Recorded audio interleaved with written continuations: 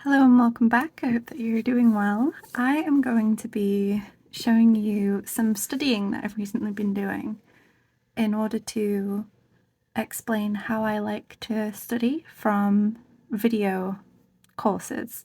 And these can be actual paid courses, but they can also be just free YouTube videos that are in the educational realm of art content online.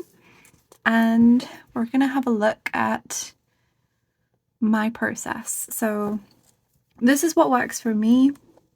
Everyone has different learning methods and everyone has different needs when it comes to their learning.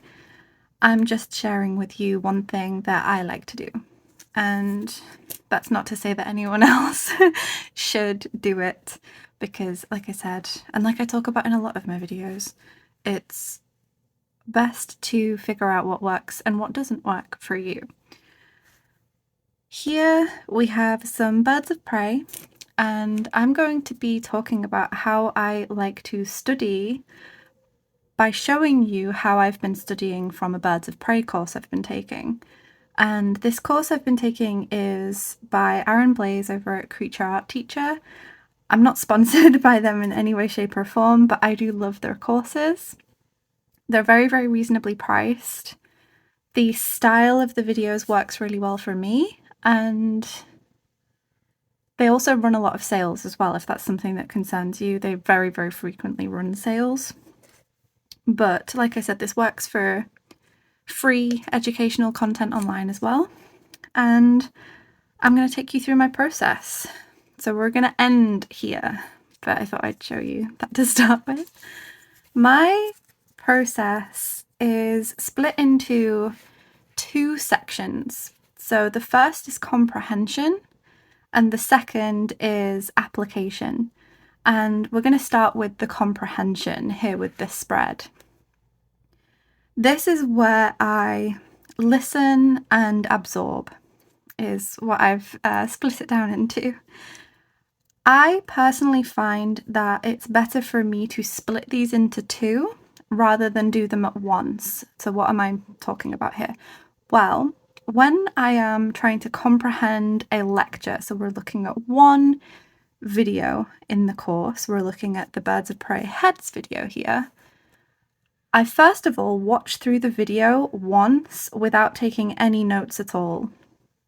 And the purpose of that is not to try and memorize everything in the video or anything like that. Actually, it's to familiarize myself with the subject, to listen and try and engage as much of my concentration and focus as I can just on the listening. And that's something that I learned from a lecturer when I was at university. He would record his lectures so that we could watch them back later, and encouraged us to, instead of writing our notes in the lecture, instead really listen to the subject, familiarize ourselves with concepts that we hadn't come across before, and then also try and engage in that a little bit more as well, with more of our focus, rather than having our focus divided between writing notes and trying to understand and listen to everything going on. And that's something that I modified for my self-studying with art later down the line.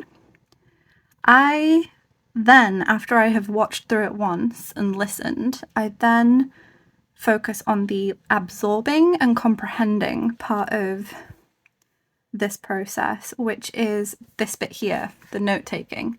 So second time through, when I'm watching the video, I'm pausing more, I'm writing notes, I'm catching key terms, I'm drawing diagrams, I'm drawing the demos in the video. So these are all demos in the video.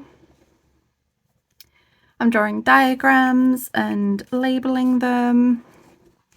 I'm also wording key concepts in my own words where possible, because again, I've found that for me, if I reword a concept in my own words, I'm more likely to remember it rather than just rote copying the exact words used. So there's not usually a lot of big paragraphs of note-taking. Generally, when I'm doing these, it is very diagram heavy and demo heavy typically, and that's what I like in most courses. And this is where I'll be at after listening once through and then watching through again and writing up a bunch of notes. Once I've done this, I then move on to the second stage, which is application. And this is something that is very, very easy for a lot of people to just skip over. And it depends on your goals and needs, but it is a very, very easy thing to not do it as much as some of us maybe should. And I try and make a point of having that more in my studying, which is to actually use what you've learned in practice. It's very, very easy to watch through a video, maybe write some notes, and then move on to the next video. You get like a little happy rush, and then you move on to the next video because you think you've learned something, and maybe you have at least learned a concept, but you haven't learned how to apply it. And that's where the application bit comes in. So once I've done the listening, the note-taking, then I, without looking at my notes, study from reference the concept I was learning. So in this case, birds of prey heads. I then went off and I studied from reference. And let's see if I can get another page here. This was the first study from reference I did after doing all of my note-taking. And then some more that I showed earlier here. So how do I split this process down? Well, let me grab the right page again. Like I mentioned, I don't look at my notes, especially for the first study after I've done all my note-taking. I just get open a new page. It might be the same day, it might be a new day, and I'll get some reference images up. And if you struggle with falling into a never-ending scroll or never-ending search for reference images, sometimes limitation can be very, very helpful, especially for people who suffer with like indecision or decision overwhelm and things like that. It might be helpful for you, like it is for me, to say to yourself, right, okay, I'm just going to pick 3 images, or I'm just going to pick 5 images, or I'm only going to let myself scroll 3 times or something like that. And sometimes adding limitations is very, very freeing to some people. It doesn't work for everyone, but to some people it is. So I will select up a few images and I will sketch from them. And then after that, I will review how the sketch went. So to split the application process down, I guess the best way would be to say that I practice and then I review. So I do this, which is the practice side, and then once I'm done, I will then look at what I did, and I'll also consider what I was thinking and going through when I was sketching, and note down anything that I was struggling with. So in the case of this, I wasn't sure how to portray some of the feathers, especially in this region and at the top as well. And that was an area that I ended up noting down. Sometimes I will literally note it on the page, but other times I'll just mentally note it and then move on to the next study, or I'll write it down somewhere else. And in this case, I wrote it down somewhere else. And I also make sure to try and add some positives in there as well. And that could be, did I enjoy the process? What did I enjoy about it? What do I notice that I actually handled really, really well? Because in this review portion, I can actually go back and look at the notes, compare and contrast. And I might say like, oh, well, I really like how I did this. I want to take that further in the next thing, and then I'll look at, again, the things that I perhaps struggled with or didn't get quite right. Am I having issues with the perspective? Am I having issues with a certain piece of anatomy? Did I just completely leave out a certain piece of anatomy that I just didn't remember or didn't remember to see. And by reviewing, then when I repeat the process and I go to practice again, which is over here, that's when I can pay attention to the things that were brought up in the review. So I reviewed to myself that I was struggling with the feathers. So I did this one next, and then this one was the third one I did. And I paid more attention to the forms and the shapes of the feathers and played around a little bit with how I might want to represent them. So down here, where they were much larger feathers, I tried to play around with layering them almost a little bit like scales and focusing on like the negative shapes as well in certain areas. And then up here, I wanted to try a different way of showing fluffy feathers as well. I also picked a reference image where the bird was ruffling their feathers as well to give some texture along the top. And when I reviewed that, I then took it down to the next study. I considered the direction that the feathers were going in as well and tried to show some of that. I focused on how I could portray clumps of feathers. So here I tried to portray this section like a fan almost. It's kind of split into 3 sections. We've got like a big section here, a section clumped up there, and a section clumped up there. And it's a continual process of practice, review, practice, review, practice, review. And if I feel like I'm not understanding a concept or I'm struggling to remember a concept, then I can go back and re-watch the video. I don't have to watch the whole thing. You could just flick through and find the bit that you're struggling with and re-watch that. But it's about making sure I actually do what I have been watching, rather than just getting into the habit of watching the thing, thinking I've learnt something, and then watching the next video. I try to make sure I apply it.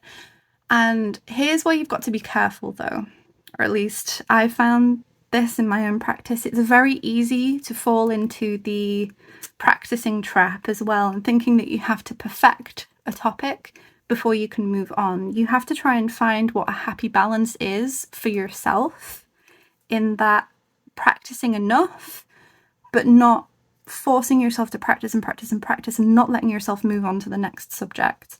So different people recommend different things for this. Again, I would just recommend that you play around, figure out what works and what doesn't work for you.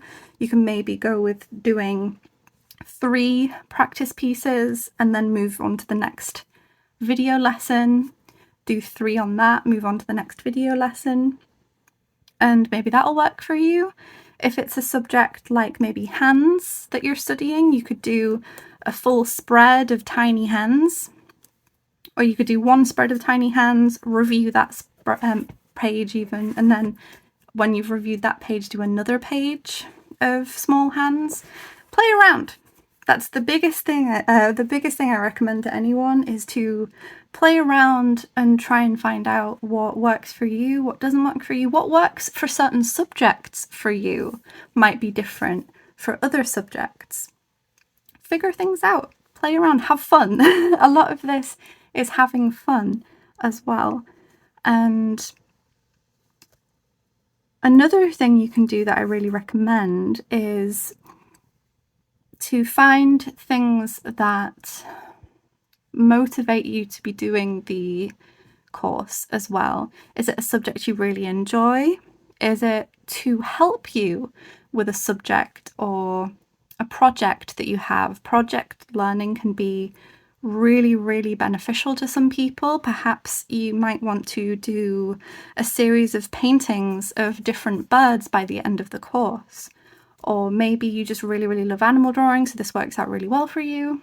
Or maybe you're a character artist, but you're developing a character that has an animal companion, and you don't really know how to draw that animal. You could draw your character with if when you're doing like the the full body birds, you could draw them with your character. You don't have to stick to a very strict way of doing the studying. Mold it around the things that you enjoy, mold it around your personal projects, and again, find things that work for you. That's the biggest takeaway that I have for anyone from this. And yeah, one thing that I really enjoy using at the moment is toned paper. So that's why I've got so much toned paper involved in these studies and in my note-taking as well. And another thing that I really enjoy is drawing in ballpoint pen, which is why we have that here. These are some studies that I did from going to a wildlife park. I did them when I got home because I mentioned this in another video, but it rained the entire time we were there. But I did get to see some really, really lovely poses and get loads of reference to study from as well. But where was I going with this? I was trying to find my notes again. Find things that make you happy. If it involves sticking stickers in, washi tape. This is actually because this lifts up and I've got notes underneath here for a comic idea. Figure out what you like to do in your sketchbook as well. Make it an enjoyable experience when you're studying. How do you like to do your note-taking? Do you like to do them in your sketchbooks? Do you like to do them digitally? Figure out how you like to do your note-taking. I love doing my note-taking in my sketchbooks because it's all in one place. It's part of my chronology as well. When I look back through my old sketchbooks, I can see when I started learning how to draw big cats, and I can see all of the practice I did and how I improved over time. And it's nice to know that that's all in chronological order in my sketchbooks. But this might not work for you. You might not like to have note-taking in your sketchbooks. You might like to do that somewhere else. And that's perfectly fine and valid as well. Again, figure out what works for you. I'm going to say that about 50 bajillion times in this video. So yes, just to recap, I split it into two things, which is comprehension and application, and then those are split into two stages. For comprehension, it is listen and then absorb, which is the note-taking. For the application, it's practice and then review, and I repeat that a few times before moving on to the next video lesson. So I hope that this was interesting for some people. I love learning about how other people learn because I can take away different things from it. I might find a new thing to go and try out for myself, and whether or not that works for me or not is still a great thing to learn about myself and my practice. But thank you so much for watching, and I'll see you next time. Bye!